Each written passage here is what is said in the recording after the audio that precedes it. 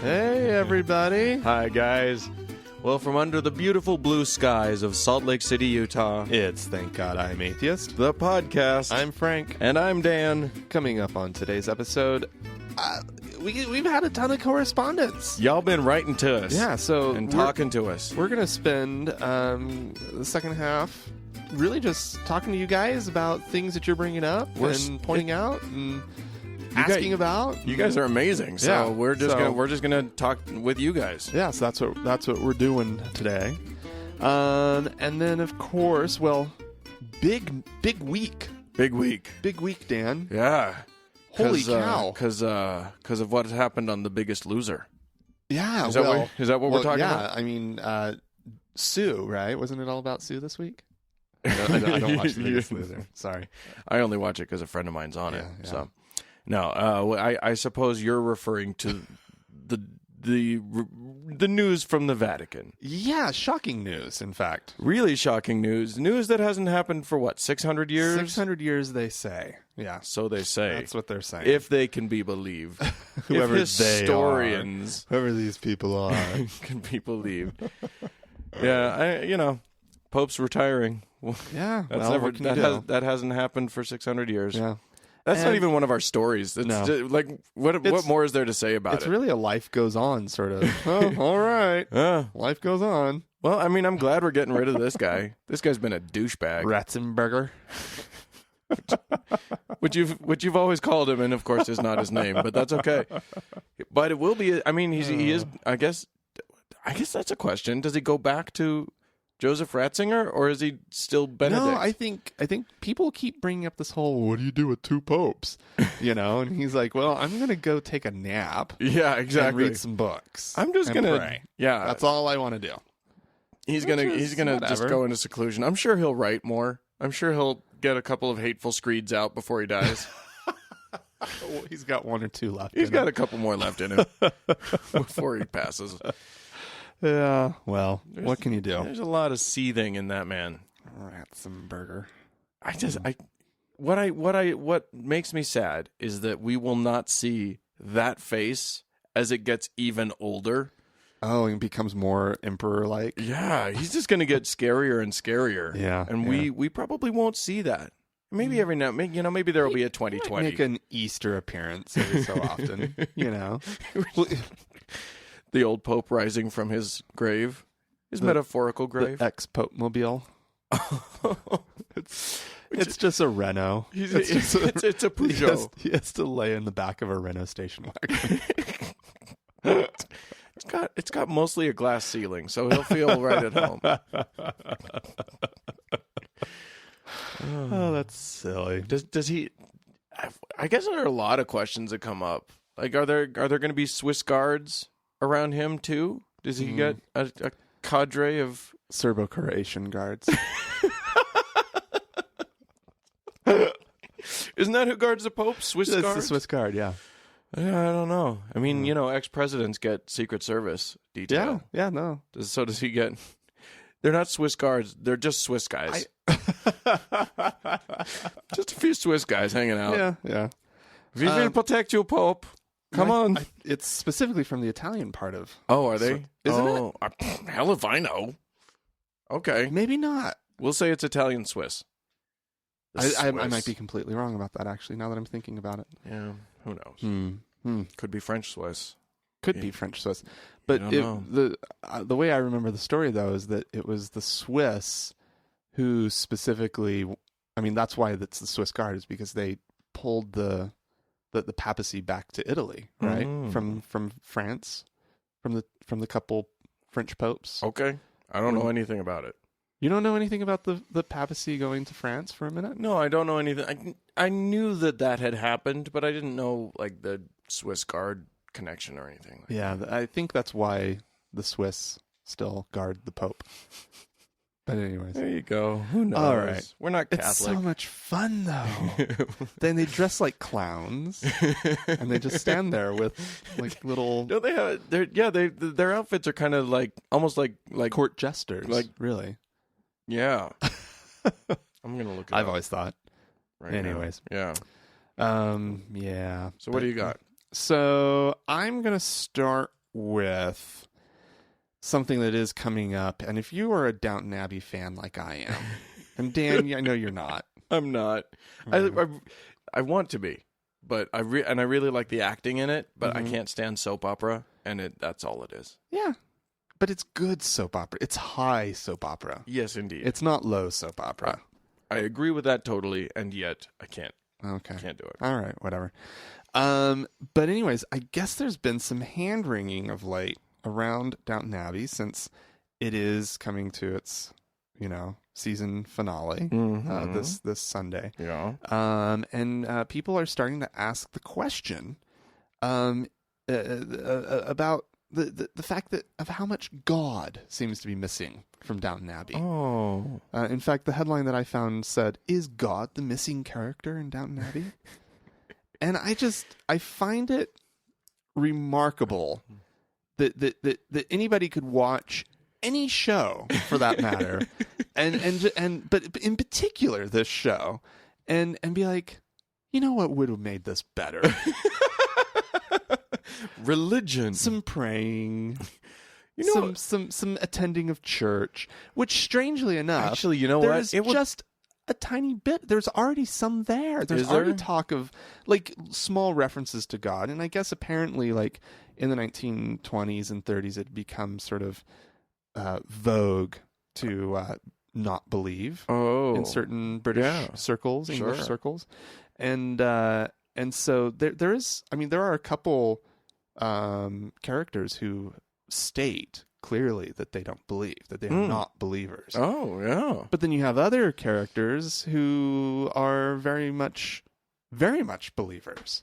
And so it just bothers me. It bothers me to no end that one of my favorite shows on TV, show that I just love.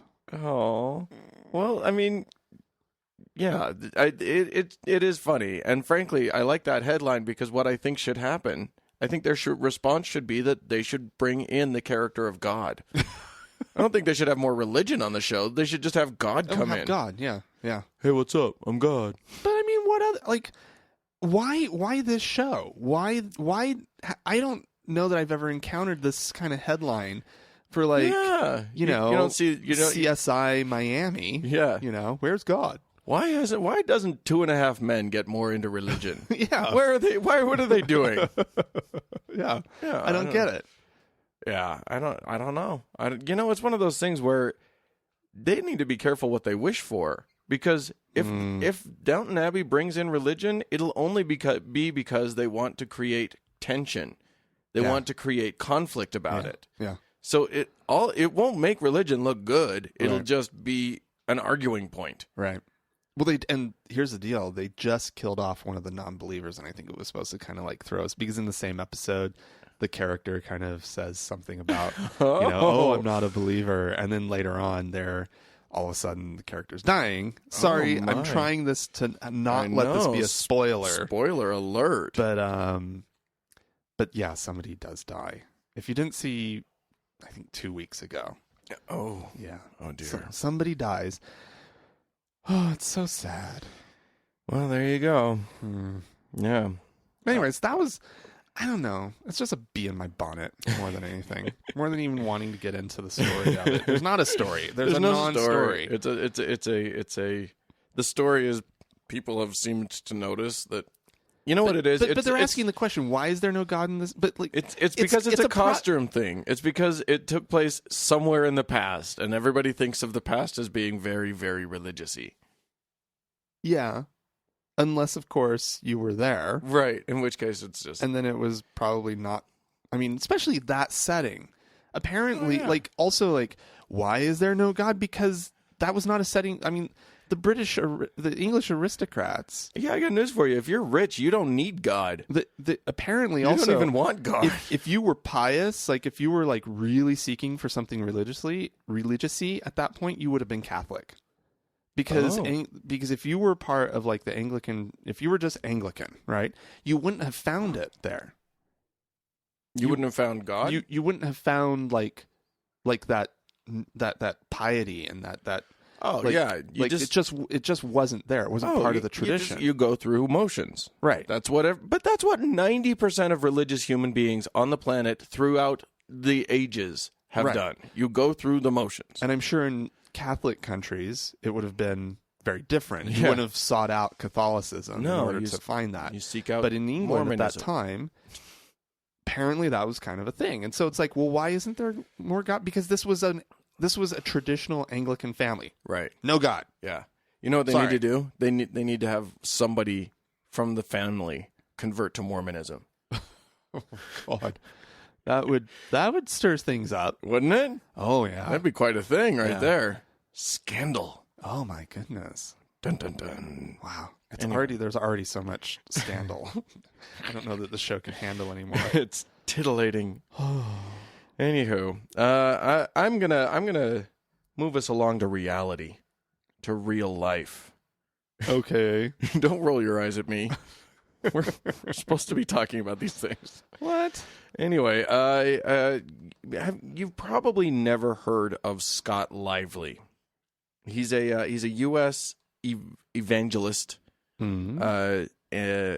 He's not a fan of you, meaning because you're gay. Oh, it's not like he listened to the show and no. It's like, that Frank sucks. I'm Team Dan. Oh, don't even start that. Don't make people announce if they're Team Dan or Team Frank. That would not be nice. Yeah, don't do that, everybody. No, stop it. Unless you're Team Dan, don't go on. Anyway, no. Scott Lively is an evangelical Christian who really does not like the gays. Oh. To the point where he's spent a lot of time in Uganda. Oh, he's one of those. Yeah.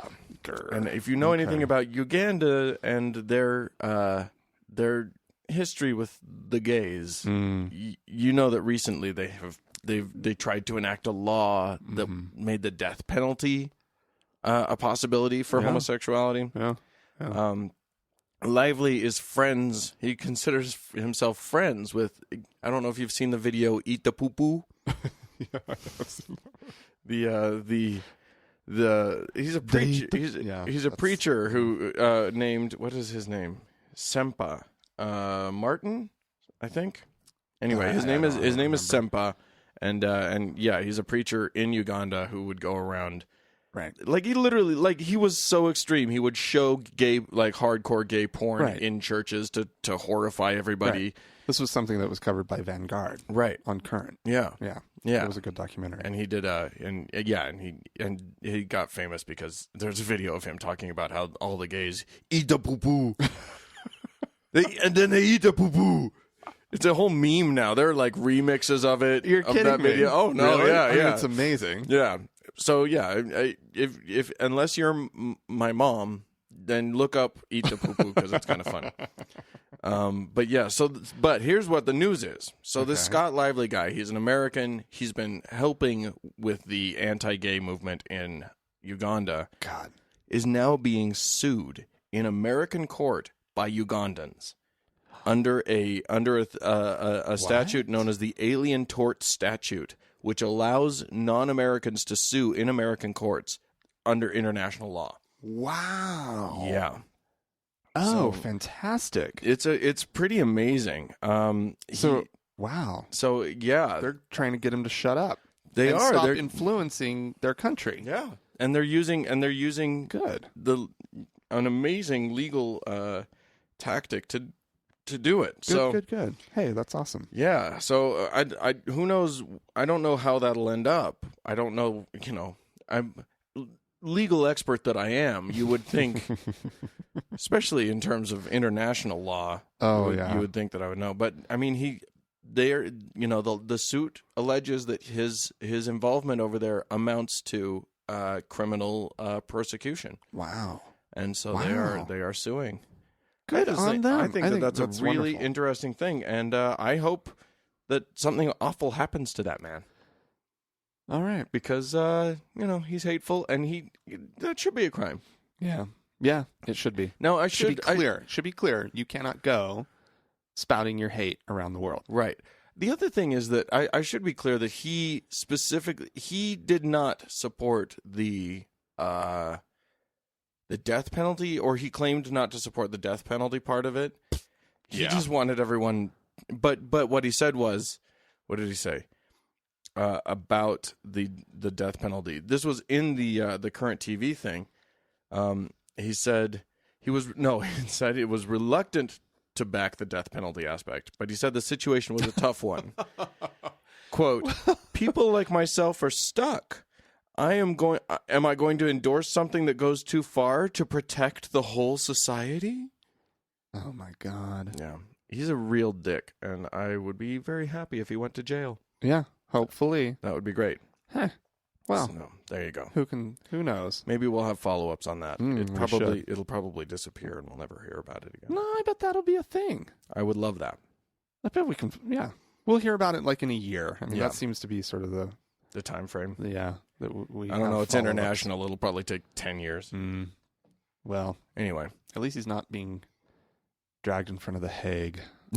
Yeah. Yeah, it is good to know that there is such a thing. Yeah, it can happen here. I had no clue. Huh. Well, awesome. Speaking of people who are hateful,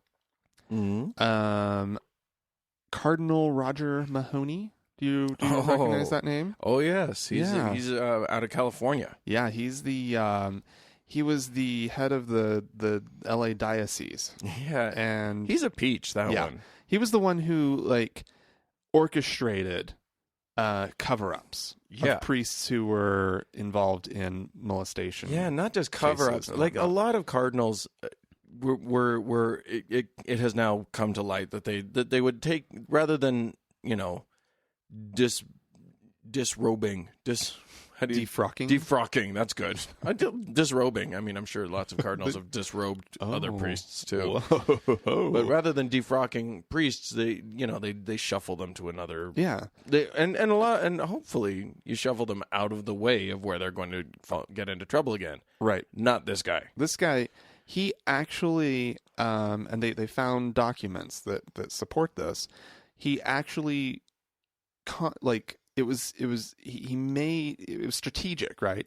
Like he would make these strategic moves of taking a priest who was in one legal jurisdiction and he would move him into another jurisdiction in order to complicate the matter. Right. Like he was thinking through, and this was his strategy. So if cops were aware that there was a problem with a priest, they'd move him to. He wasn't moving them someplace where they wouldn't be coming in contact with kids. Right. Which would be one thing. Right. I mean, it would be a dick move not to be he should be turning them over to the police. Right. But if he didn't, and he was at least saying, well, you're never going to come in contact with kids again, then I would have some sympathy for the man. Right. Even though, I think he did the wrong thing, I could still go, well, all right, I can see what he was trying to do. Right. This dude doesn't get anything. Nothing. He was an absolute ass. He was in a lot of ways helping to facilitate. Yeah. Without actually doing. There's no way you can't say about this. There's no way you can argue that this man didn't directly contribute to the molestation of people, of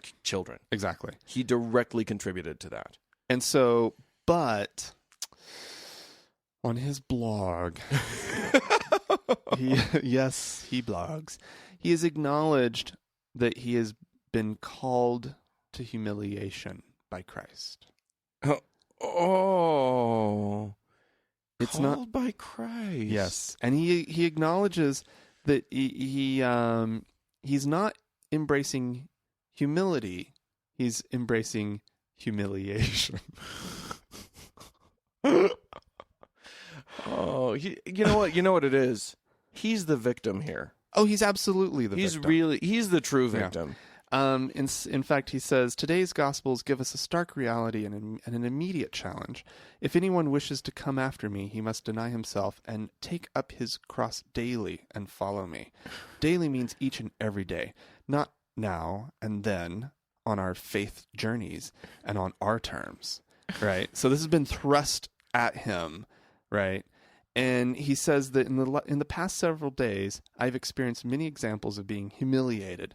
In recent days, I have been confronted in various places by very unhappy people. I could understand their depth of their anger and outrage at me, at the church, at about injustices that swirl around us. Thanks to God's special grace, I simply stood there, asking God to bless and forgive them. Oh, he's like Jesus himself. Yeah.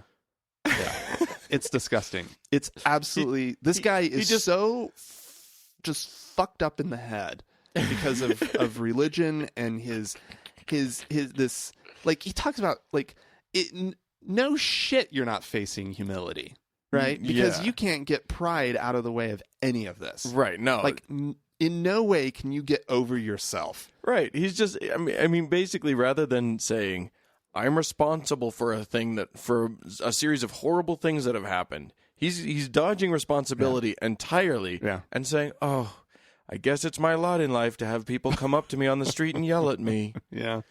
Now, it's a good thing that I have Jesus, because if without him as my rock, I wouldn't be able to take all of these people yelling at me on the street about the horrible, horrible things that I did. Yeah. Thank God I can just live in peace with all the bad things that I've done. Yeah. Yeah, exactly. Now, he is retired from official duties, but he is still a cardinal. Yeah, he's going to go vote for the new pope. Exactly. Yep. This man, Roger Mahony, gets to go and vote in the conclave for the new pope. And he is, piece of work. Yeah. So. Well, there you go. Yeah. And that is our fuck you cardinal of the day. Oh, no. Oh, boy. Stupid. Say, speaking of Jesus. I don't want to speak about Jesus. Well, do you want to speak about a picture of Jesus? Sure, I like Jesus. Now you're contradicting yourself. I like pictures of Jesus. Well, do you like the one that's in Jackson Middle School in Jackson County, Ohio? Because there is one. Okay. Prominently displayed over an entrance to the school. There is a big picture of Jesus. Really? Mm-hmm. There are people who aren't happy about that. So this is a public school? Yeah. And there's a big Jesus? Yep. How's that work? It's been there since 1947. Well, okay. So finally somebody let's come to their senses. Raised a little bit of a fuss. Oh, boy. Yeah. A local atheist group. Good. I guess the Freedom from Religion Foundation Excellent. Received a complaint from an unnamed source, and so they a child who's being subjected to Jesus. Probably a parent who knows better than to raise a fuss in their own community, right? Because you don't shit where you live. Yeah, exactly. But let someone else shit where you live. Right, exactly. There are organizations that will help you with the shitting. So yeah, they wrote. I guess they wrote an angry letter that just said remove it or will threaten lawsuit or something. Oh no! And the ACLU's involved now and everything. And so what is the school district trying? Are they? Please don't tell me they're fighting. The superintendent said that he said, "quote." Well, okay, so he said that his justification is that this was it was student initiated.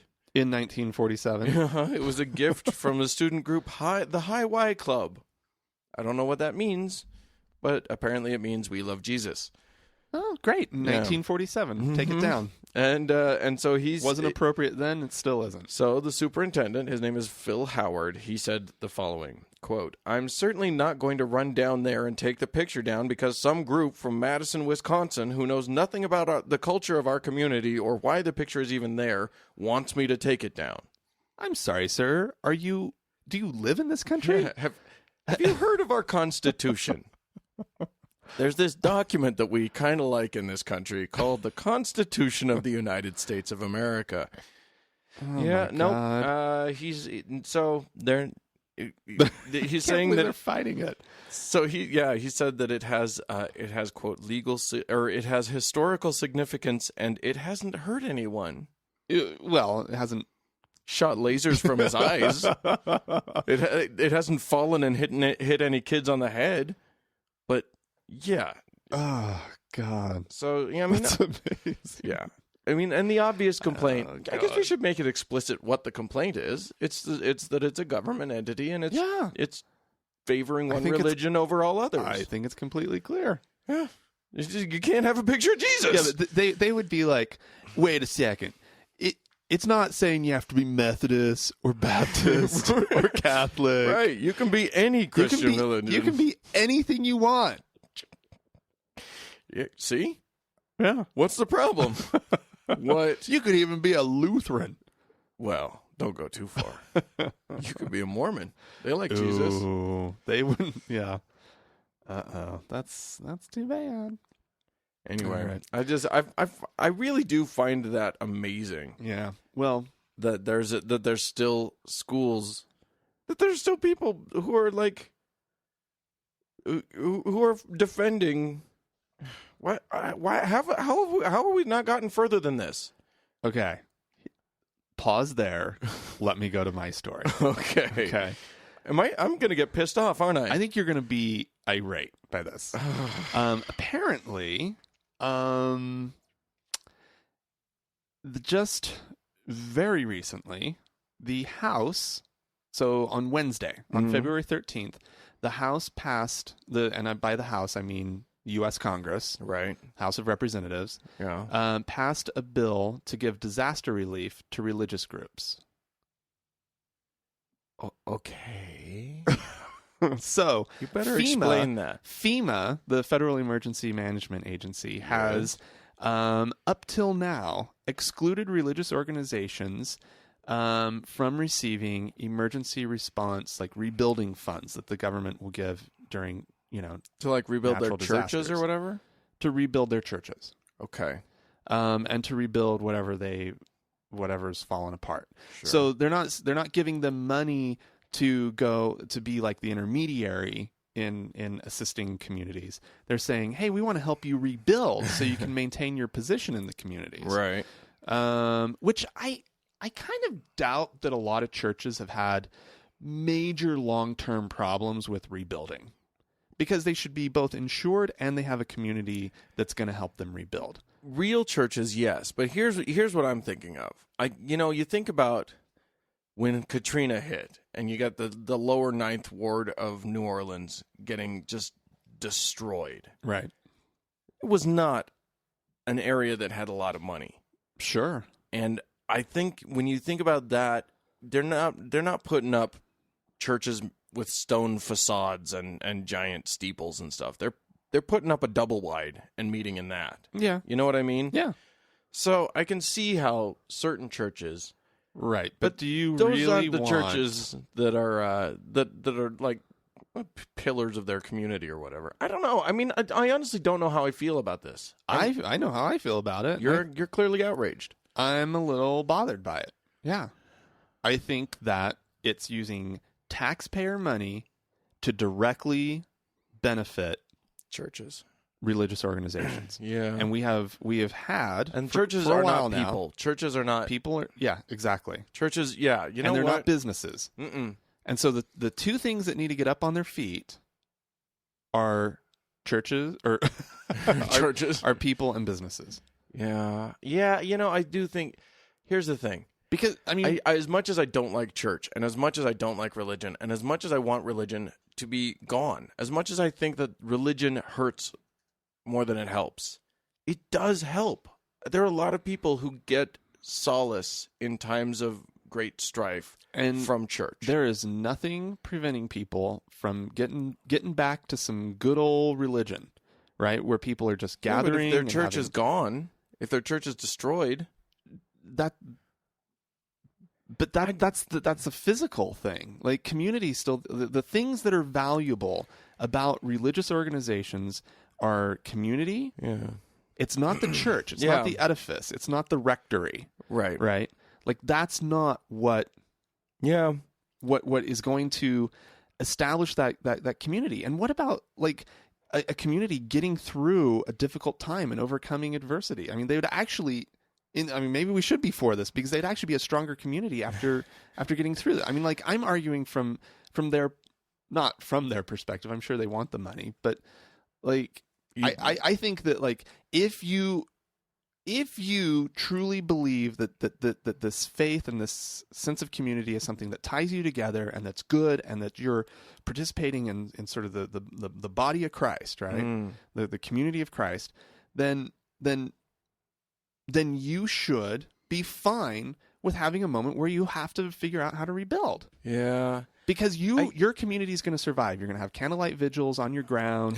You're going to be helping each other out. You're going to be doing all the things that the religion's supposed to be so good at. Right. Right? Yeah, I guess that you need federal money so that you can rebuild the structure. You're going to have no problem rebuilding that structure. I guess in the long run. Does FEMA give money? Does FEMA really callous here? But does FEMA give money to like small businesses? They give small businesses. They give to nonprofits. But as soon as you're a religious organization, they've always excluded religious organizations. And small nonprofits makes a lot of sense to me because these are service giving organizations. Maybe they're in the arts, maybe they're whatever. They have a real identifiable community good. There's something good that they're actually that they're providing that is outside of the religious realm. And as soon as you add religion to it, I don't think the federal government has any business giving them money. I guess I see it as being just another, because I don't agree. I don't like all nonprofit organizations. I think a lot of nonprofits are wasteful and stupid. Well, I see religions as just another nonprofit organization. I guess I'm actually not offended by it. Really? Yeah. Government money. Because, I mean, a lot of that money will go to help people. It'll go to rebuild their structure. Sure. But you know, people get something from that. I don't know. I guess I'm going to have to think about this.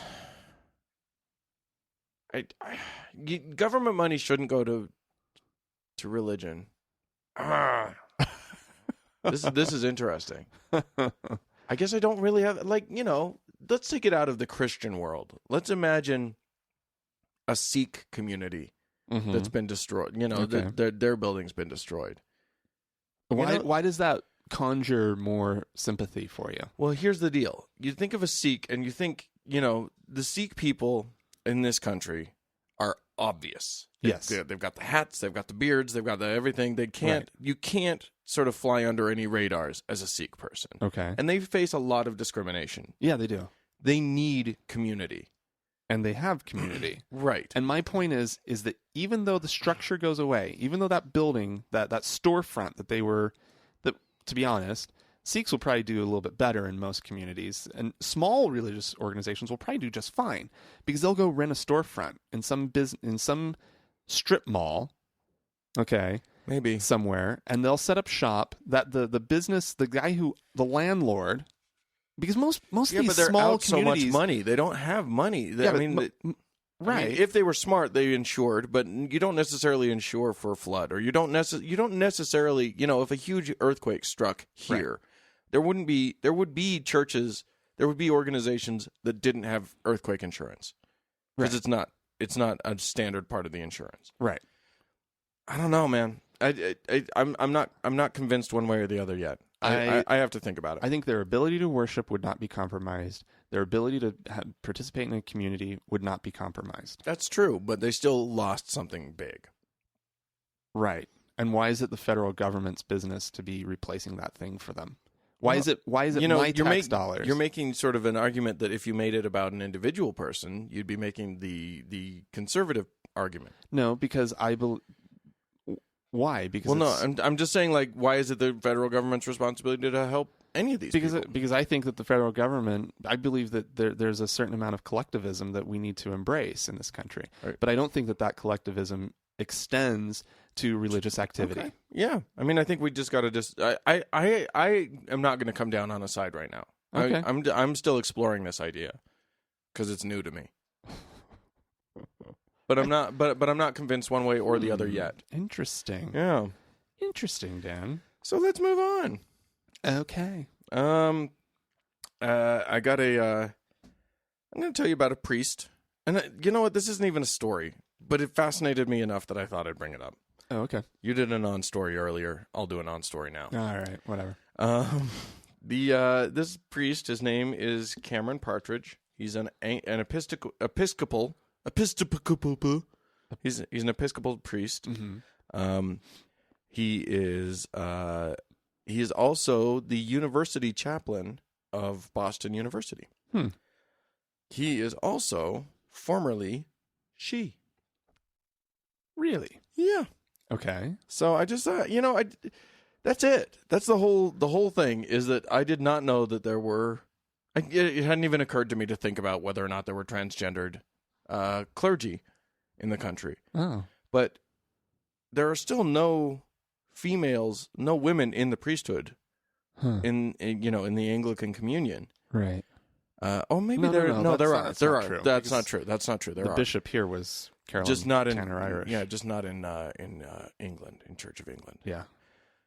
But yeah, I mean, I think that's interesting. We got a woman who's I guess my question is, what about Catholics? Could a female to male transsexual, because the whole transgender transsexual thing doesn't work for them in any way, shape, or form. Accept that. But yeah, I mean, he's a man now. Wasn't a man before. But yeah, I think that's an interesting thing. And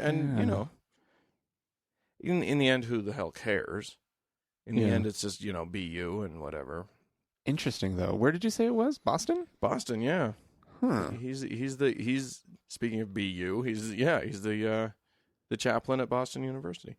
I just think that's a cool thing, that it bespeaks an openness of the community, and it talks to sort of the new times. Yeah, it's nice. I guess, and then in the end, it's just somebody in another religion, and that's whatever. It is what it is. Yeah.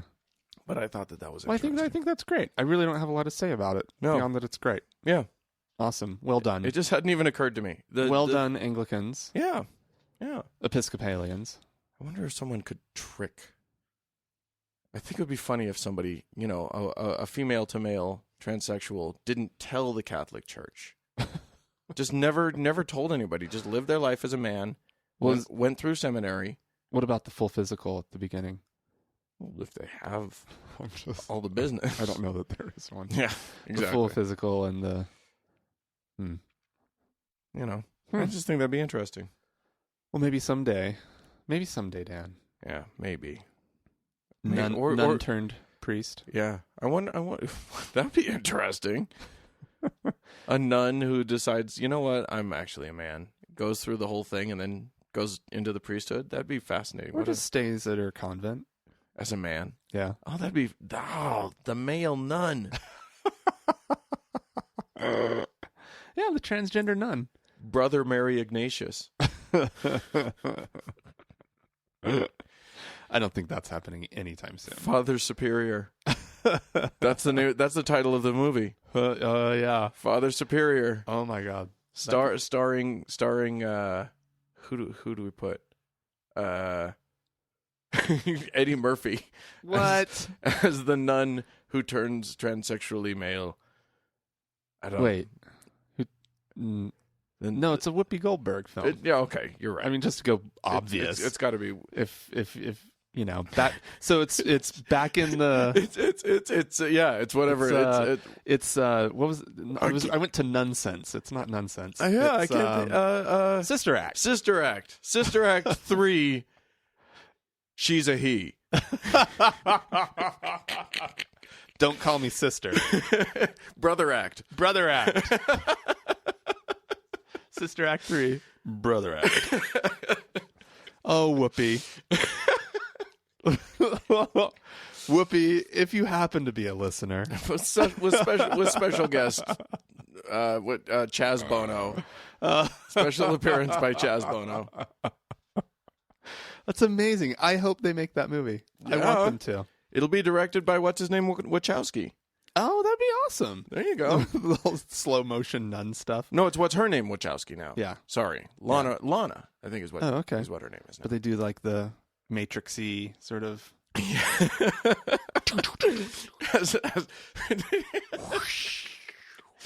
Oh boy. Yeah, I don't even know what to call to mind for that.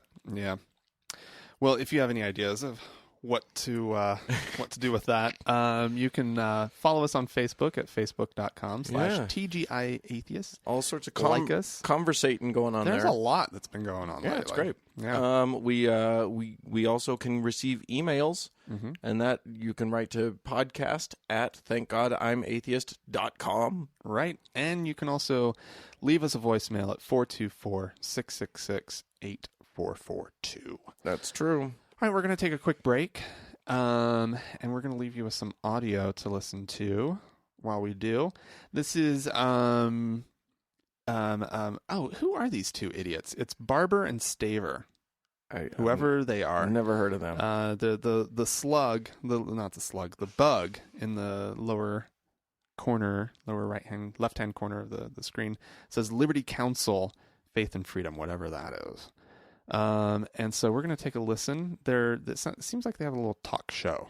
Yeah. And well, what's important about these guys is just that they make really good points.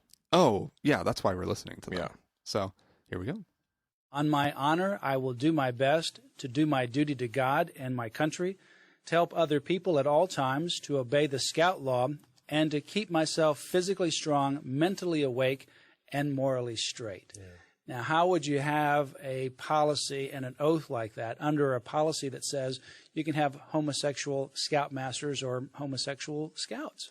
Where you have adults modeling for children what every major world religion and thousands of years of history have held to be immoral behavior that we know demonstrably is self-destructive from a medical standpoint, from a spiritual and emotional standpoint. So why would you have adults modeling that behavior for children? Yeah, it makes no sense to have a Jerry Sandusky as your scoutmaster. And essentially that's what this policy would open up the doors to. You'd have somebody who has sexual attractions to the young boys that he is supervising, taking them out in the woods, developing trust, and then having the awful situation that we had with Jerry Sandusky. Adult radical homosexual activists demand access to your children, to my children. I have scouting age children. That should send a shudder down the spine of every father. For instance, what father in his right mind would send his children on an overnight camping trip with an adult man who defines his very identity by the fact that he is sexually craves sex with other males? And that's something interesting, because heterosexuals don't define their identity by their sexual lifestyle. Right. But those that are in the homosexual lifestyle define their entire identity with sexual acts. It's hypersexual. It's hypersexualized, focus. And you put that within the Boy Scouts, it is just trouble waiting to happen. Okay, I don't even know where to start. I do not even know where to start. There was 2 minutes of gibberish. It wasn't gibberish. It was the concern of real people. Yeah. Oh, yeah.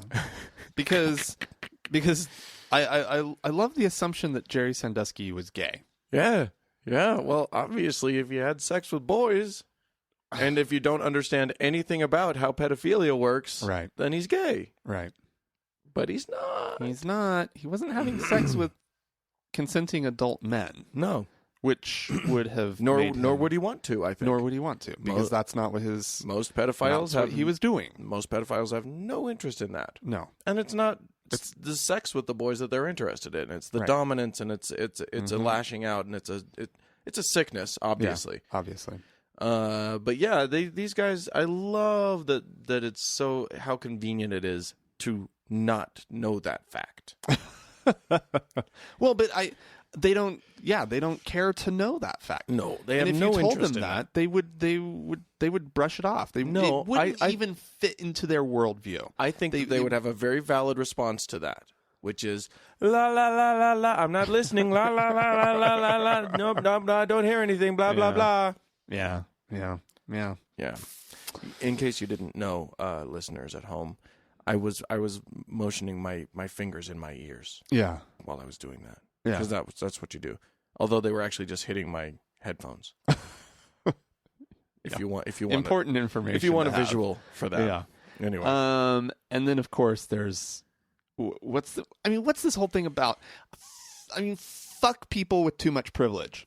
right? Like white heterosexual men who just have no know. fucking clue about their privilege. Well, so what you're getting at, and I think that we discussed I'm sorry, this white heterosexual male listeners. It's okay. I'll speak for us white heterosexual males and just say we're fine. But the amazing thing is, yeah, they say the homosexuals define themselves by their sexuality. Well, you know what? When you are completely put upon by society, when you are rejected by a large portion of society, it's the same way that, I mean, they could make the argument that black people define themselves by their blackness. But white people, you don't see white people defining themselves by their whiteness. Yeah, because being white's easy. Yeah. It's already defined for you. Guess what? Yeah. Like, all you're doing is just living out some little template. Right. So, kudos to you. Yeah, exactly. Great. Awesome. Yeah. You do define yourself by your heterosexuality. Absolutely. Every time you're confronted with something different, you're defining yourself by your heterosexuality. Right. You're sitting there having a 2-minute bullshit conversation about how much you are terrified of these gay guys, and you're not defining yourself by your heterosexuality? Really? Good job, guys. Big failure. Major fail. Epic fail. What tards. I would rather my kids go on a camping... I don't have any kids. But if I had kids, most of the gay guys I know, I would much rather send my boys on a camping trip with them than with the two guys that we just heard. Well, it's going to be fun. It's going to be... Yeah, for one I've thing. taken kids on camping trips. Yeah. Teenagers on camping trips, and we have a good time. In fairness, did you molest them? Well, Dan... I'm just saying... What do you think the answer to that is? Well, of course I did not. Jesus Christ. Yeah. Anyways, yeah. But we went. We had a great time. We did all the things that you would expect to do camping. We went hiking. We went swimming. We, whatever. And it was a co-ed group. And you managed to avoid molesting anybody. I think that's somehow great. I managed. I don't... why can't we just turn the conversation in this country to... We're not okay with anybody molesting. Whether they're gay or straight, we're not okay with molestation. Because that's the deal here. Right. We're not okay. It's not about whether you're gay or straight. It's about, are you a molester? Because if you are, that's who's not allowed in the Scouts. Right. No molesters. They should have a very strict, I support them in a very strict no molester policy. Yeah, that's a good policy. I'm okay with discriminating against child molesters. Sure. Just, they're dumb. We have so much correspondence this week. I know. People... Well, should we do thank yous first? Should we just get thank yous? Okay. Done real quick? Thank yous. Yes. Let's sure. do some thank yous. Okay. We wanted to thank some donors. Uh-huh. Now, a couple weeks ago, we sort of ran through a whole list of everybody that's a subscriber. Mm-hmm. I hope it was everybody. I think you, so. PayPal is such a pain in the ass in terms of getting just, all I want is X information, and then it just vomits crap to you. Anyway, we promised that we would go through and thank all of our individual donors, our donors of one-time donations. Yes. Because that wasn't in the original thing. So I wanted to go through and do that first. Some of these guys have already been thanked. Some of them haven't. I just want to make sure that everybody got thanked. Because we are thankful. We're very thankful. So, Björn, Tracy, Misa, Rebecca, Krista, Valia, I think it's pronounced Valia. Okay. Adam, Jeff, Elliot, Richard, and then recently Matthew, and a big thanks to John, who was very generous to us. Well, thank you very much, guys. Thanks. So all of you guys. It is helping out, and it's wonderful. So what all of these guys did, there are two ways that you can show your monetary love to our podcast, because obviously this isn't free for us, and we have to pay for all of our equipment and hosting and everything.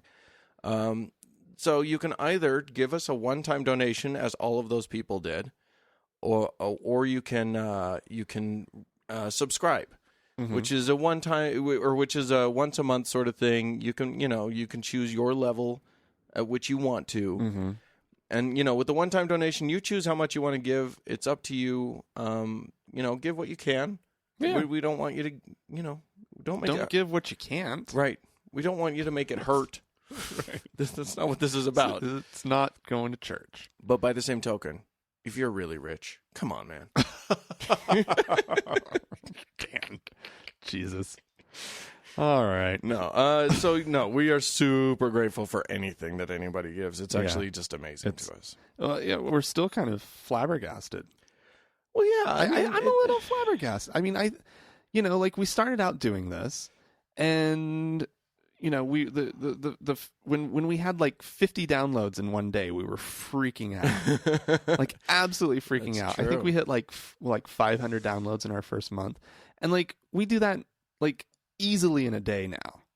Wow, we're giving away our numbers. No, I'm saying, easily. That's like a regular day, right? Is what we were doing in our first month, right? And so it's remarkable. The podcast has really grown a lot. We're growing, and we love the community that's developing around it. And the thing is, amazing. The more that we grow, and the more that you guys contribute, the more we're going to be able to actually keep a community going here. And that's kind of our goal. What we want to be able to do is interact with you guys on as many levels as possible, which is why we're doing the road trip.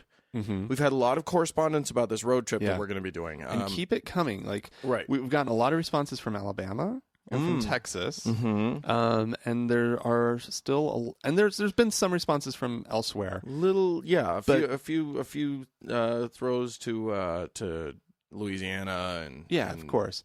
But we've seen a lot from these other areas. So, if you're in those areas, please keep corresponding and let us know. But if you're not in one of those areas, then sell us on why we need to come through, I don't know, Tennessee or Kentucky. Right. And specifically what we're asking for here, we should be clear about this. What we want is we want to know think about what our podcast is about. Yeah. And what's of interest in your neck of the woods that we need to see. Because just saying, hey, I live in X and I would love to see you. I'm sorry, but we're spending a lot of money to go on this trip. It's not going to get us there.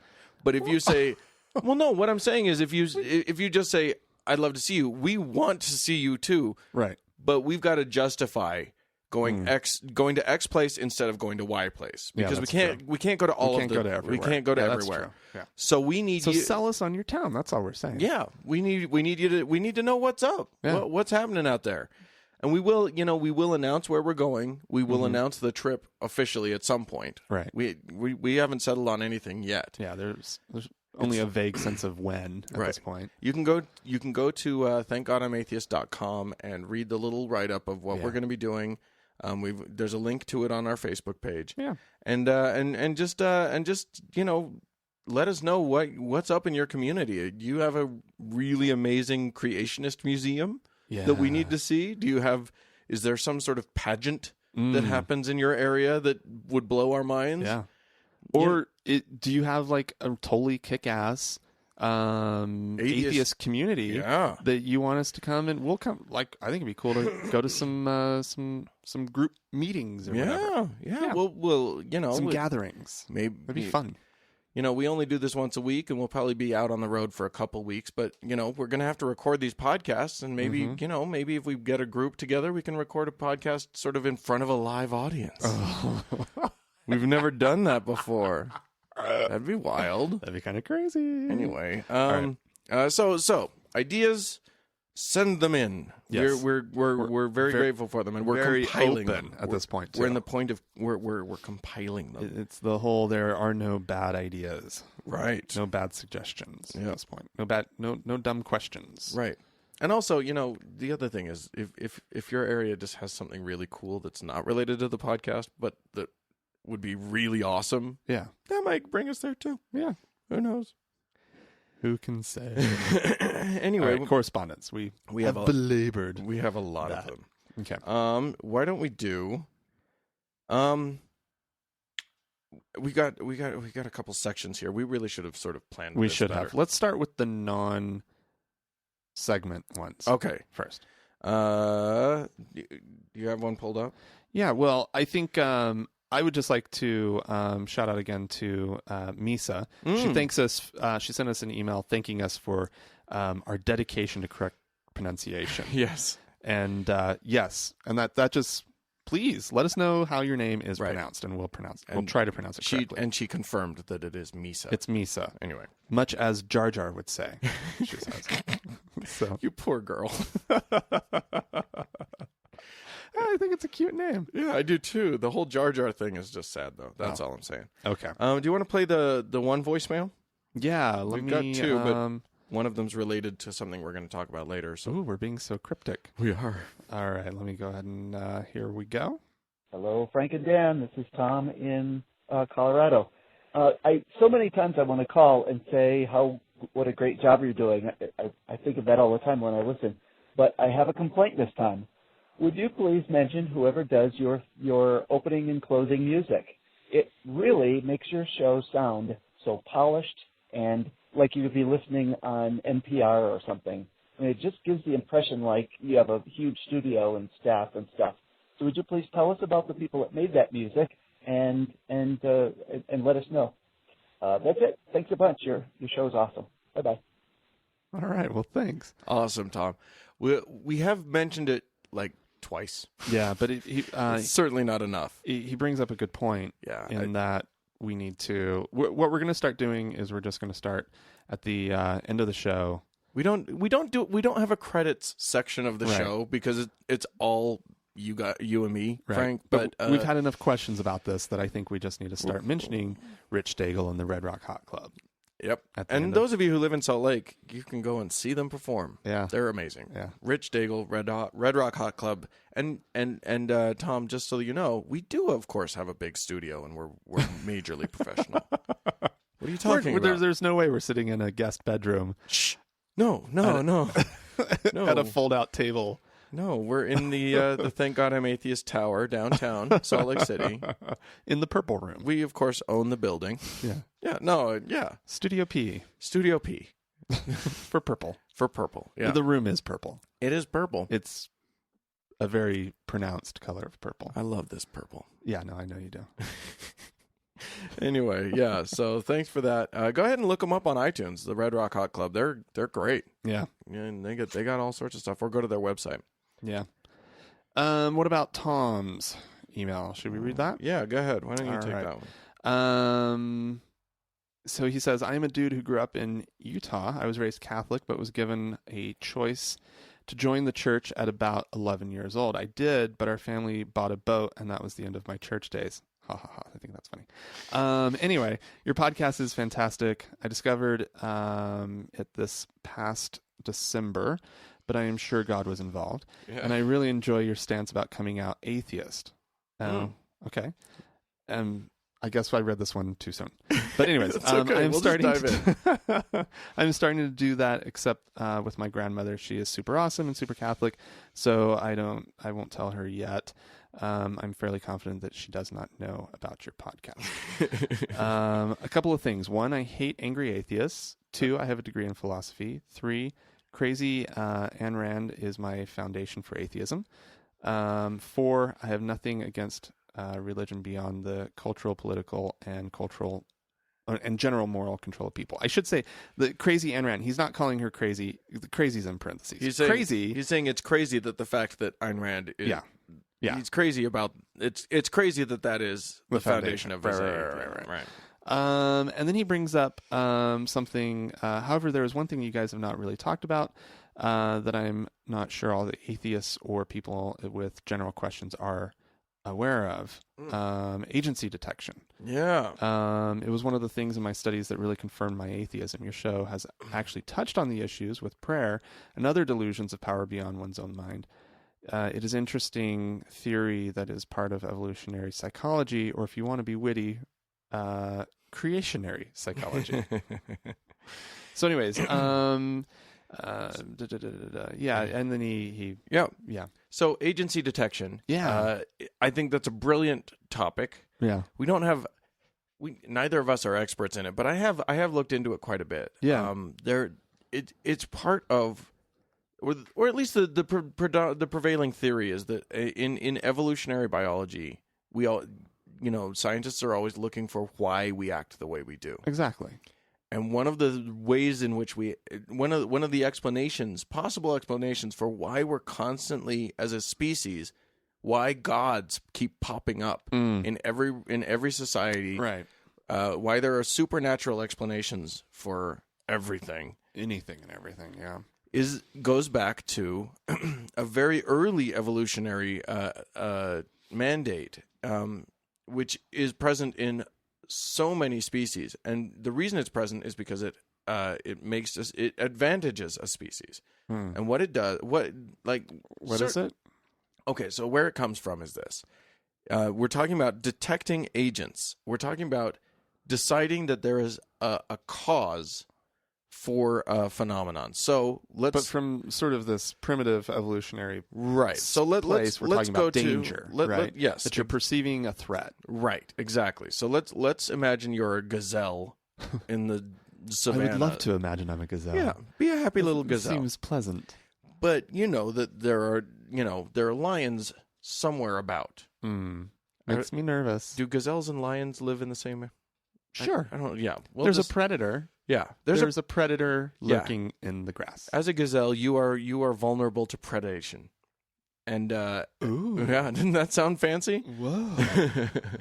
So anyway, the whole idea of agency detection is if you hear a rustle in the grass, as a gazelle, the gazelle who's inclined to just dismiss a rustle in the grass as the wind or as whatever is more likely to be eaten by a lion than the gazelle that takes any rustle in the grass as that's probably a lion, I'm going to run. Right.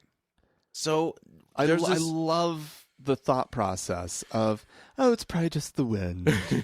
As a gazelle, it's like I've been tricked by that wind before. You know, over the millennia, there must have been critters that dismissed rustles in the grass. Oh, they paid it no heed. Right. And those were genetically weeded out. Yeah, it was absolutely. So they did not live to procreate. Right. Over the course of millennia, the gene for holy shit became more and more pronounced. Right. So this and it was a genetic advantage. Right. And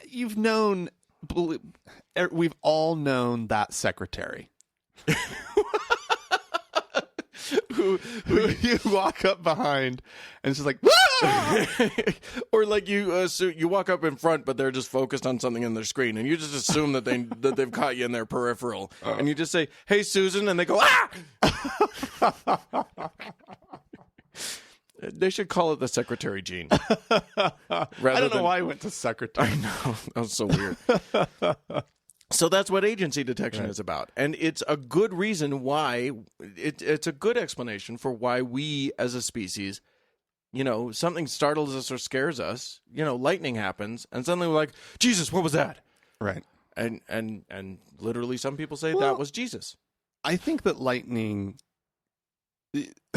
is startling no matter what. Yeah, it's a scary thing. But what's more subtle is the being in your house and it's dark, and you see some little shadow or whatever, and I mean, it could be, you might imagine that there's someone in your house, right, and you combine that with our genetic predisposition to pattern recognition, and taking and our disposition toward taking patterns and turning them into faces, because we have facial recognition software programmed into our makeup. I don't, and it's made life very difficult. It's tricky, but I mean, you combine all of these things, and suddenly you see ghosts. Yeah, because we are genetically programmed to see a causation for anything around us. Right. We detect an agent behind what's happening, rather than just, that's just something happening and we don't know what it is. Right. We try to place an agent into that space. Right. So, ta-da! God. Yeah, well, why not? Or gods. Many, many, many gods. Well, we tend to focus on a god because monotheism has sort of won now. It kind of is the big winner. Yeah. But, every god that's ever existed has essentially arisen out of we are predisposed toward assuming logic, assuming not just causation, but assuming an intelligent cause or a sentient cause, right. An intentional cause. Okay. To a thing. Wow. Yeah. Yeah, and it's also nice to be able to like ask for intermediary support, like asking somebody to, come in and act on your behalf. Oh, for the nature. You're talking about God? Stuff. Yeah, for God. Yeah, you want protection. Yeah. Well, no, you pray to the rain god for rain. You pray to the wind god to stop blowing. Right. Yeah. If there's a cause, if there's an intentional causer of rain and an intentional causer of wind, then one could hope that they could communicate with that being and say, hey, either cut it out or do you mind? Right. Will you add some of that? Mm-hmm. Yeah. Yeah. It is interesting to see what having a huge frontal neocortex does with evolutionary mandates. Kind of screwed us up for a while. It's no longer useful. Yeah, that thing. Anyway, what else? There's more correspondence, isn't there? Yeah, we got a lot. Boy, we kind of went off on that one for a second. It's fascinating. Fascinating. There's a really good TED talk given by. Yeah. Oh, what's his name? The guy who's the president of the Skeptic Association that puts out Skeptic magazine, and he does a really good TED talk about agency detection. So go ahead and look that up for more information. Okay. What's next? Well, I think somebody. Do we want to talk about David? Oh yeah, yeah. Should I read this one? Yeah. Why don't you? He's referring to our interview with David Silverman, which we just had on, which was last week. And I thought an interesting interview. I thought it was nice. He not to self-congratulate. He was interesting. So David's referring to that. He says he was great. You guys are great. You are wrong about him. What? There is not a nickel's worth of difference between the two of you. And technically, there's three of us, but I think he means us as a unit. Sure. Yeah. And him as a unit. Clear. And that's a good thing, he says. You are both harsh on religion and mocking of the institutions and the personalities that make up the world of the worldview of believers. David would probably never do jokes about Christ on a cracker in public, but you do all the time. Imagine yourself being interviewed by Bill O'Reilly. Now imagine he plays back some of your greatest hits just from the past week or two. How do you come off looking any different than David? You wouldn't. What the two of you say every week is more harsh, critical, judgmental, insulting, and insensitive than anything David says in public. And you say it in front of a worldwide audience. I love you guys, but you have to get over the myth that you're different. You're just funnier. Well, thank you for that. Well, yeah, that's nice. It's nice to know that people find us funny. You understand that religion is fundamentally ridiculous and must be ridiculed. It makes no sense to tie the hands of someone else who's doing it in a slightly different public arena. What he can learn from you two is humor. What you two can learn from him is the unapologetic boldness of your convictions. An alien from another planet would find you and David to be indistinguishable. Come to think of it, so would most humans. Love the show. Keep up the good work, David. Yeah. Oh, you threw us for a loop, David. Yeah, I thought about this for a while. Yeah, we both had to do some inward looking on this. I don't think I agree with him. Well, but I agree with him on certain terms. Yes. Well, let's delineate where we fall on this. Why don't you go ahead? Well, what I would say first of all is that I do feel like David Silverman is doing it in a different way. I feel like the people who end up listening to this podcast are opting into something, and they're either atheist or they're Christians doing research. I don't know. I don't know why a Christian would listen to this show, but they're listening in. They find us funny for whatever reason, right? Whatever.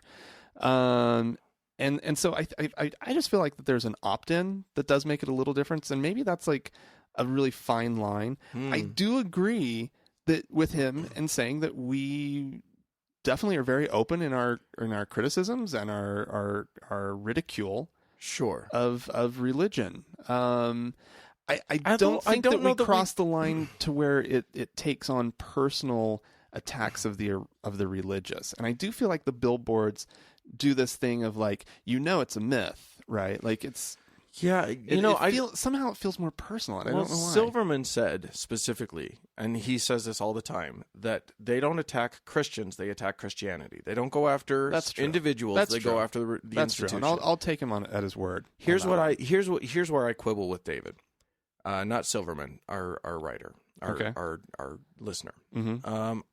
I quibble with him because while I make all kinds of jokes about, all of the stories that we do, and we make, we'll make a Christ on a cracker joke or whatever. I still say, I still think that I don't think that it's okay to just say to someone who's a believer, it's a myth. Yeah. It's not true. Yeah. I don't ridicule people for being a believer. I really don't. I ridicule people who are in a religion and are hypocrites. Yeah. I ridicule people who do something stupid because of their religion. Right.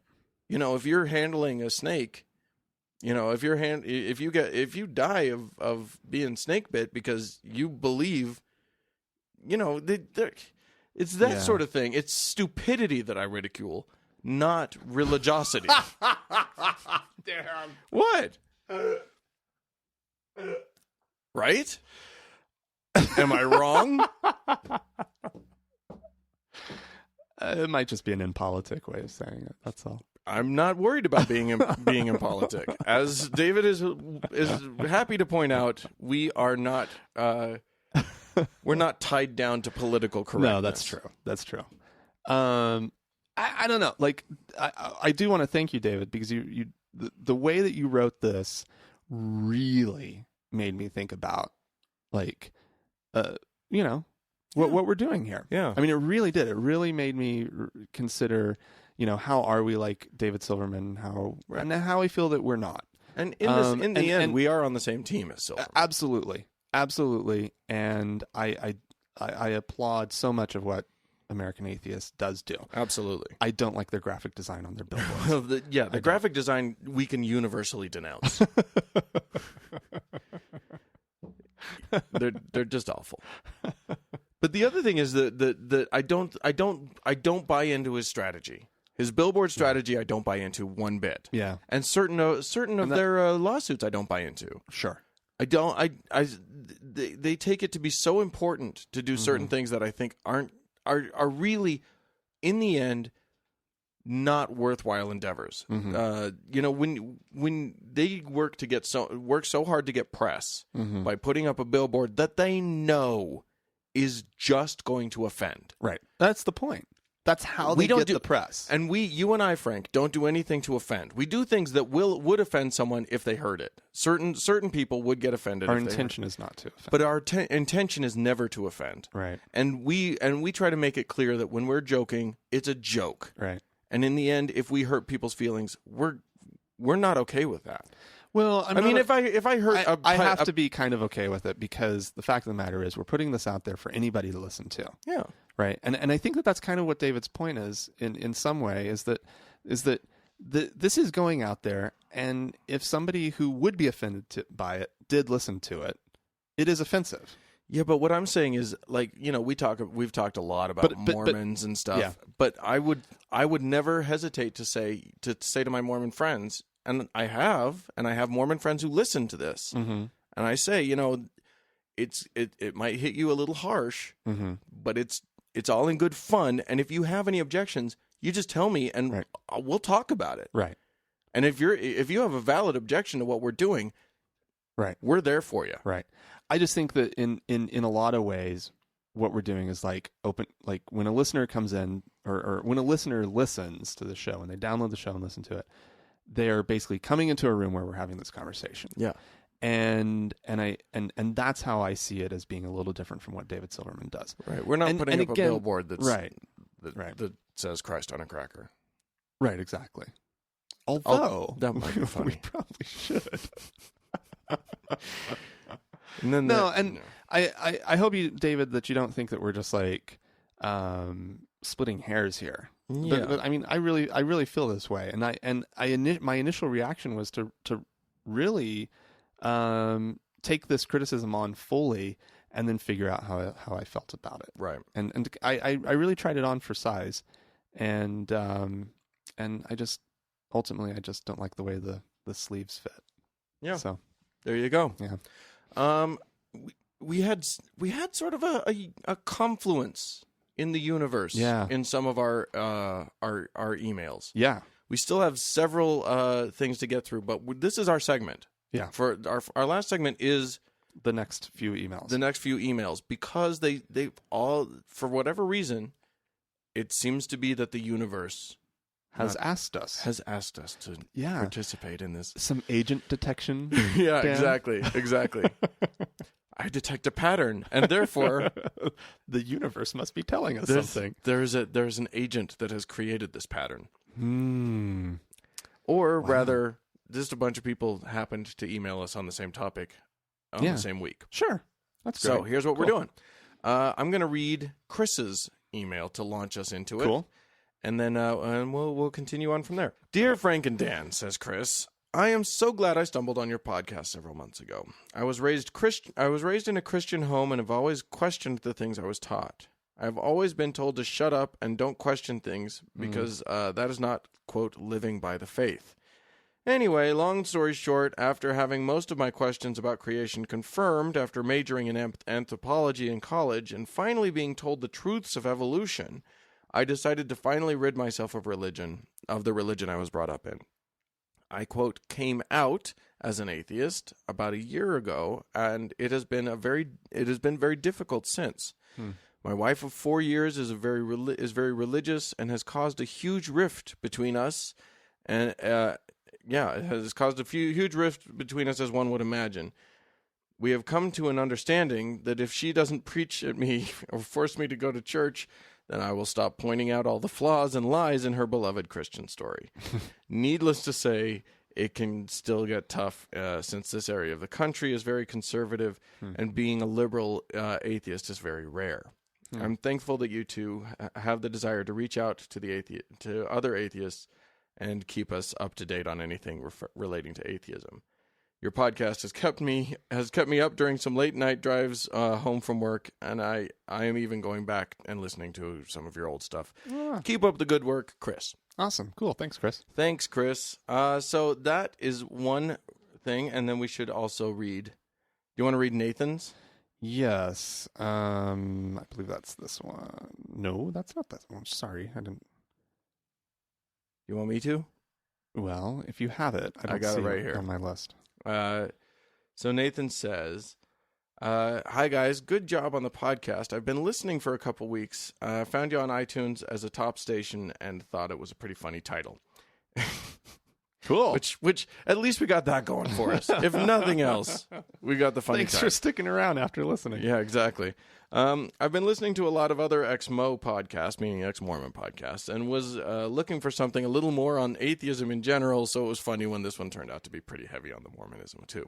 Anyway, within the last couple of weeks, I came out as an atheist to my family, and it's been an interesting ride so far. Yeah. I was encouraged by watching videos of people like Hitchens, Dennett, Dawkins, and Krauss. That it is worth coming out and standing up for atheism. I'd like to hear your thoughts on the subject and possibly contrasting the difference between coming out as atheist and coming out as gay. I also live in Salt Lake, so if you want to go out for a beer or food sometime. Oh, cool. Yeah, maybe we will. Yeah. We should have a get together. We should have with our Salt Lake peeps. Yeah, that'd be fun. Okay, Salt Lake peeps, like us on Facebook and we'll get something rolling. Yeah. All right. Well, since he brings up comparing and contrasting the coming out as gay and coming out as atheist, and what the difference we is. should be clear. We have talked about this a little bit. Yeah. A couple times. Yeah. But we should. But we're trying to go into. It's such an important topic. Yeah. It's such an important topic because it is not easy to be an atheist in this society. Well, it's not easy to be different. Yeah. And to know that you've been different for a while, and to start building up coping mechanisms for that. And it's and then breaking through, because you get you get comfortable with what you're used to, and you even though it might be uncomfortable at times or distasteful even to you at times, and whatnot, but that's what you know. Yeah. And so that's why you stick with it. Honestly, that's what coming out is all about, is making things who you are and how you're living your life jive with each other. And so, I mean, for me, and it's not just about being different. It's about being different in a way that is widely rejected, in a way that is widely considered wrong, or bad. Yeah. So yeah. Sorry. Go on with what you were saying. Anywho, for me, it is hard to draw a strong distinction between the two, because both happened in the same moment. You came out to your parents in the same night, in the same few hours of sitting in their living room. Both came out. I started with the gay thing. No, wait. No, I started with the God thing. Did you? Yeah. Oh. Well, my parents were asking me why I wasn't going to church. And I said, well, I don't believe it's true. Which is quite a bomb to be dropping, especially in a Mormon household. Yeah, exactly. And as a return missionary, right? And so, and someone who at the time was going to Brigham Young University. I was, yeah. I was living the dream. All I needed was a wife. Yeah. Oh my God. Anyways, thank God that didn't happen. And so, but nonetheless, it was definitely a very uncomfortable conversation, and we got around to the fact to my, are you going to join another church? Like, what are you doing? Like, have you converted to something else? And blah, blah, blah. And I'm like, well, I don't believe in God, so that's not you don't have to worry about me not, joining some other church. I don't believe in God. Don't worry, I won't be a Methodist. Yeah. I'm going to be a non-believer. Yeah, it wasn't as comforting as I thought it might be. No, not. I had no delusions there. Yeah. But anyways, it was a rough conversation. There was nothing that was easy about it. And as it was starting to wrap up, my dad said, "Well, I guess as long as you're not a homosexual." Oh. And I was so sort of just, the conversation hadn't gone great, right? and I admit I was not in the right frame of mind, really, to be now moving on to, well, do you want an honest answer to that question? Oh, Jesus. And he looked at me, and there was like fear in his eyes, and my mom sort of was in the midst of reprimanding him, because that was obviously something that they had talked about that they were not going to bring up. And so he put it out there, and so I said, do you want an honest answer to that question? And so I was like, yeah, I am gay. Sorry. And then proceeded the rest of the conversation that led to about 2 or 3 in the morning. And my parents are not night owls, right? And so that was kind of weird. And then so it was. I really hit my parents with a lot, and it's something that I do not recommend. It hurt our relationship for quite a while. And but like, I kind of had accepted already that sadly, this was the 90s, still, and there were, it was Oklahoma, and so there were a lot of ideas of well, I might be rejected, and I am ready for that. Well, I got news for you. It's not the 90s anymore, and people may not be in Oklahoma, but there's still that danger, right? But I still think that the understanding was, you're most likely going to be rejected, and you're most likely just going to move off somewhere and live your life without parents, without your parents. And to be honest, and I kind of do.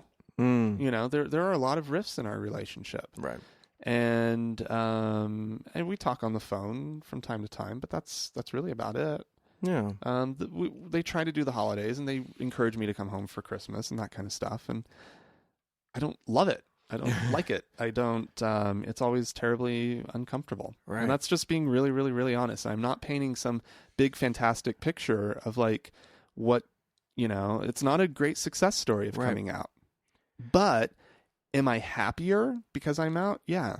Yeah. I wouldn't want to be living that lie. Does it suck in so many ways? Yeah, it does. Yeah. But I think it's a better place. Yeah. I mean, I think with both coming out as gay and coming out as I can't obviously speak to coming out as gay other than the fact that I have a lot of gay friends and I know their stories. Right. But I mean, I think with coming out as something, again, so, with admitting or telling the people that you love that you are part of a group that they reject, Mm-hmm. there's always going to be trouble, and it's going to be difficult, and you can't predict which way it's going to go. Mm-hmm. But I still maintain, and it's my fairly firmly held belief that you're better off in general. Not everybody. I can't speak for everybody, but I would say generally you're better off living in a way that's honest with yourself, and that presents yourself honestly and openly to the world, than hiding yourself. Don't hide your light under a bushel. Oh, To use their language, I did for so long. you did. No, but I don't know. There's so many ins and outs to this. Maybe we should talk about Chelsea's experience. Okay, that one I think I do have. Chelsea is a listener, and did she write in originally, or did she leave a voicemail? No, she first left a voicemail. So let me go ahead and play the voicemail. I mean originally, because she had talked to us. One of our initial I think it was discussions an email. of coming out. I think that was an email. Right. She had emailed and just said she was nervous about it and whatever. Talking about. And we had talked about this and gone through sort of, what do you do? Do you come out? Do you not come out? And so but we said, hey, let us know what happens. Yeah. So she we have two parts to her response. Right. And it'll become clear why. Yeah. So here's part one. Yeah. Hi, Frank and Dan. This is Chelsea in Hiram. I called quite a while ago to get advice about coming out, and I thought I would call back and give you guys an update. The first person that I ended up coming out to was my next-door neighbor. She's been trying to convert me for quite a while, and she came over a few days after the podcast, and we got into a discussion where I ended up just telling her that I'm an atheist. She said she didn't know what that meant, and so I explained to her that it meant that I didn't believe in God and that I'd examined it pretty closely. She seemed confused and went back to her house. Since then, where we used to be pretty friendly, our relationship has kind of devolved to just a cold politeness. They don't really come over anymore or try to contact us anymore, and I think that's kind of sad, but not to be unexpected. The second person that I ended up telling was in my family, was my youngest brother, Austin, and he lives here in Utah, and he's gay, so I figured he might be a good person to start with. We talked extensively about the process that I went through to discover that I didn't believe in God anymore. He was a little bit surprised, which kind of surprised me because nobody in my family is religious anymore except for my dad. But over the course of several weeks and many conversations, and also he started to explore some of the Christopher Hitchens debates and some other things online, he's actually come to the point where he's questioning whether he believes in God. And I kind of think that he's well on his way to the path of discovering that he is an atheist as well. So maybe inadvertently I've converted him. After that, it kind of percolated through my family, and that was fine. It was actually a relief. People stopped bringing up all these God references around me because, while my family is not religious, they pretty much all believe in God. And eventually my dad, the very religious one, he was the first counselor in the Mormon church for quite a long time, called me up one day and he confronted me about it. He literally called me and just asked me if I was an atheist. I said I was, and talked to him for a long time about how I kind of came to this conclusion, and that I didn't choose to be an atheist. It was more that I just discovered that I already was. He said something that was really shocking to me. He said if I looked deep in my heart, I would discover that I did believe in God, and that I'm just angry with the Mormon Church. And while it's true, I'm pretty angry with the Mormon Church a lot of the time, having lived in Utah for so long, I had to say to him that was offensive and arrogant. I ended up turning it around and saying, what if I called you Dad? And she got cut off. This is why this is a two-parter. Just so that you know, everybody, quickly, if you do leave a voicemail for us, we have no control over how long we're allowed to. Yeah. So you're going to get cut off if you go on too long. But if you have a story to tell and you do get cut off, call back. Call back and just continue the story. We'll try to edit it together, and we'll try to make you look good. We reserve the right to edit you for time. If you're nervous and maybe you were rambling a little bit or whatever, right. It's not. We won't be offended by that, but we might cut out some air. Whereas I feel that Chelsea's story here is really good, and really well stated, and we want to keep going with it. So she did write to us and sort of finish her story. I wanted to talk a little bit about her voicemail, and then we'll get to her email, just because she said a few things, and I wanted to jump in on them. Okay. One of the things that she did that was so smart, and I think there should be a strategy. We should write the TGIA coming out strategy. Yeah. Okay. One of the things that she did was so smart was finding someone in her family to start with who she knew would be a softer landing than the folks. Yeah. I think that is actually in terms of doing this, it can be so scary. It's nice to have someone who's not, who you is probably not going to have as huge a reaction as other people. Well, and also initially starting with somebody who's not family, right? Like saying like with the neighbor, somebody who it's kind of low stakes. Yeah, sounds like they might have been mildly annoying on some level. Nice person, but kept bringing up religion, right? And yeah, that's a great idea too. But yeah, I mean, if you've got like an uncle that is kind of wacky and whatever, or if you've got somebody that you don't think will freak out, try it out on them, and see what they have to say, because it's this is not something that's easy to do. And when I wanted to talk a little bit about my wife and Andrea's coming out story, because my coming out story is pretty boring, actually. Yeah, you told me it earlier, and it actually is. It's literally just nothing. It's the easiest thing ever. I went through a process. My parents were fine. Yeah. I literally, it was just this sort of process. And as I sort of went through my process of divesting myself of religion and first of Mormonism and then of religion in general, right. I just, would tell them every now and then. And my mom, my parents are both sort of intellectuals about it. And, my dad took everything so in stride. Literally, should we introduce the listeners to your father's universal response to almost everything? Basically his response to the entire universe. Anything you could bring to him was some variant of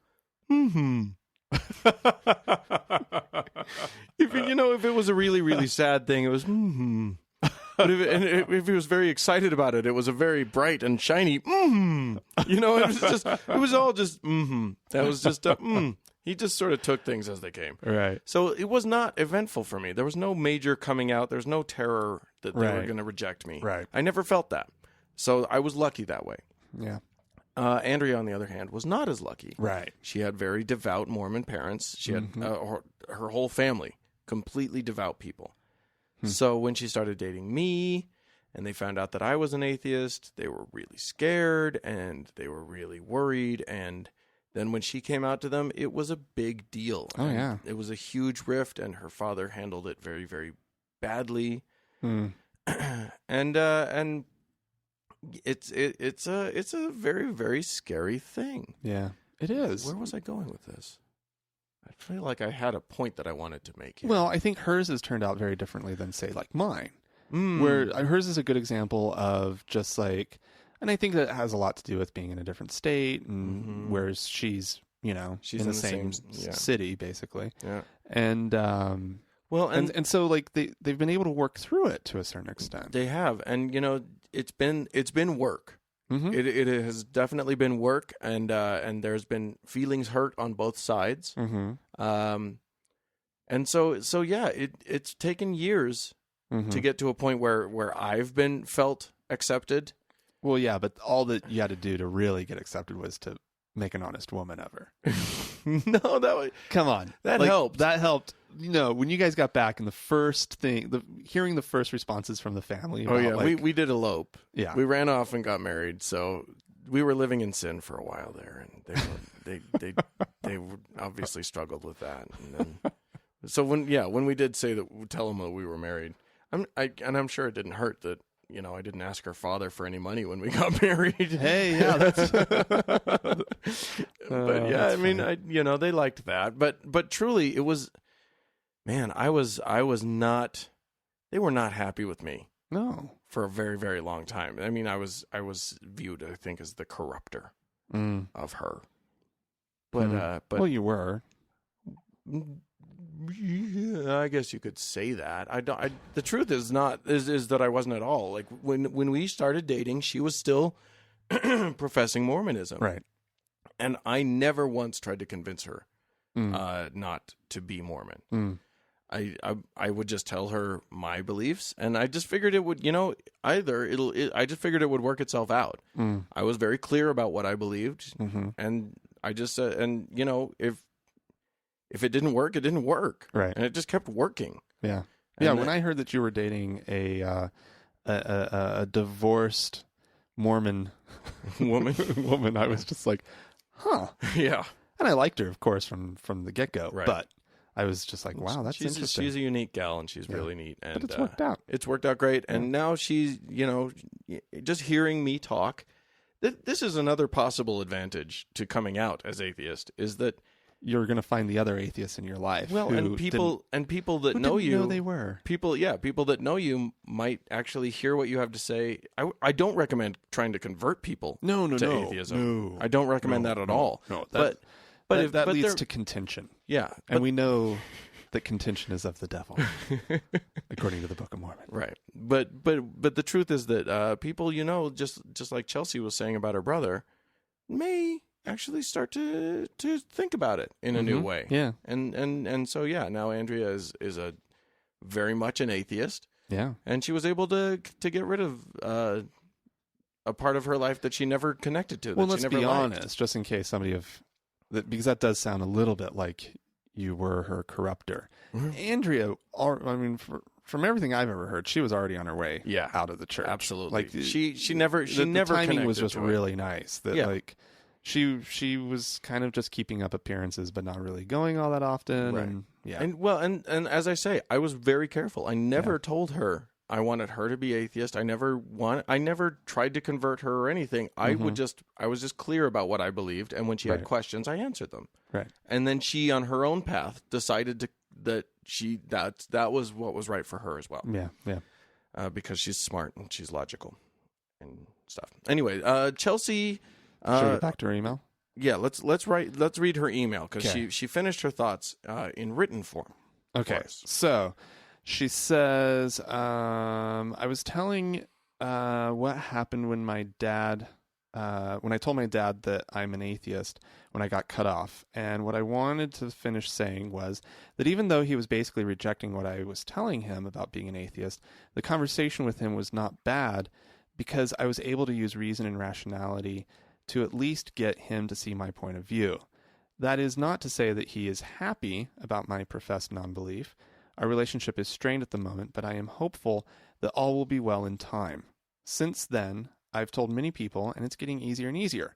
I still have not told my in-laws, who I mentioned in my original call, but only because an appropriate opportunity has not yet presented itself. They will likely freak out, but I'm getting more and more okay with that. The point I really wanted to make, and perhaps you could just bring this up sometime for the closeted atheist out there, is this. I feel great. I'm finally being myself and not trying to hide my skepticism and non-belief. Also, I have likely and unexpectedly put a thumb on the scale of my brother's indecision and forced him to examine more closely what it is that he actually believes, or maybe more accurately, does not believe. I don't know if he is self-identifying as an atheist, but he's close. I also don't feel too terrible about losing people like my neighbor who are so turned off by the idea of my atheism that they can't continue our relationship, because what does that say about who they are? And my neighbor has stopped trying to convert me, finally. So my message to closeted atheists out there is to go for it. It's good. See, that's great. Yeah. That's just amazing. I think that there are a few things that I take out of this. I love that she points out that it's getting easier and easier to tell people. And it does. It does. And that's part of why our strategy for coming out is to go to soft landings first. Mm-hmm. You'll get your verbiage down. Yeah. You'll be able to sort of speak your truth in a way, because even though you've got it in your head what you think, and even though it all makes sense to you, when you're in a heightened emotional situation, let me tell you something. That's what I was getting to with Andrea, with my wife. Was it when we had the sit down conversation finally with her parents? She was terrified, and she was not as well. She's a very well spoken person, but she getting out her thoughts. Yeah. In that situation became very, very difficult for her. Yeah. It can happen. Yeah. So a little practice doesn't hurt. Yeah. It's actually, because the truth is that...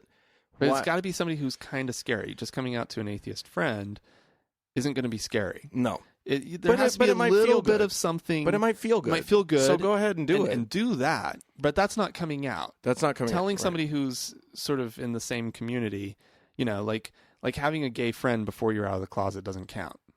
It's nice, though. It's nice. It's good to know that it's good to know that there are people in your corner. But the fact of the matter is, but the fact of the matter is that doesn't help you start really building that sense. Like, there's got to be a little bit of risk, right? So telling your, that cousin or your uncle, they're still a member of your family, and it's still going to be hard, because there's still risk there. You just think they're one of the safest people to talk to, right? And if you feel that way, they probably are. And so it's true. That's probably a good place to start. So yeah, do that. And that way you can sort of allow yourself to get your thoughts more solidified. Yeah, exactly. Because even though your feelings are true and valid for you, if you speak while you're saying them, you're sort of, it's fine if you can't verbalize it well, but it's not going. But the problem with that is that, your parents might think that you're not solid in this belief, or that it hasn't that you haven't come to it completely. When what they don't realize is that the thing that you're really concerned about, and the thing that's making you scared, is you're terrified about your relationship, right? And the effect that it might have on that relationship. And again, I don't think it would hurt for you to say those things. To open up by saying, "Mom and Dad, I'm really scared to tell you these things because I fear your rejection." Right. That kind of thing will hopefully put it in their heads that you're not just doing something to them. Right. You're doing something that is scary for you. Yeah. And that it's important, that your relationship with them is important to you. These are all good things to remind yourself and your family members as you head into what can be a very scary conversation. Well, I think we should probably leave it at that. Okay. So good luck.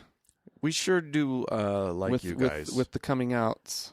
And let us know your stories about coming out. We love hearing coming out stories, good or bad. The truth is that we want to be honest about how this works in this society. So, if you have a horrible coming out story, let's get that out into the conversation as well. Yeah. But if you have a great coming out story, or, if you've just barely had the courage to come out, we will congratulate you, and we're your biggest fans. This is not an easy thing to do. Yeah. So congratulations to Nathan and Chelsea and all of you guys that are doing it. It's awesome. Yeah. Well done. So yeah. All right. Ways that people can get in touch with us. You can email us. That is podcast@thankgodimatheist.com. Facebook.com/TGIAtheist is how you can like us and follow our little community there. You can leave us a voicemail like Chelsea did, and that is 424-666-TGIA or 424-666-8442. That is correct. And we would like to start off our thanks. Thanks, Rich Daigle. Yes, we'll leave you with some music by the Red Rock Hot Club. All right. Thanks a lot, guys. Bye.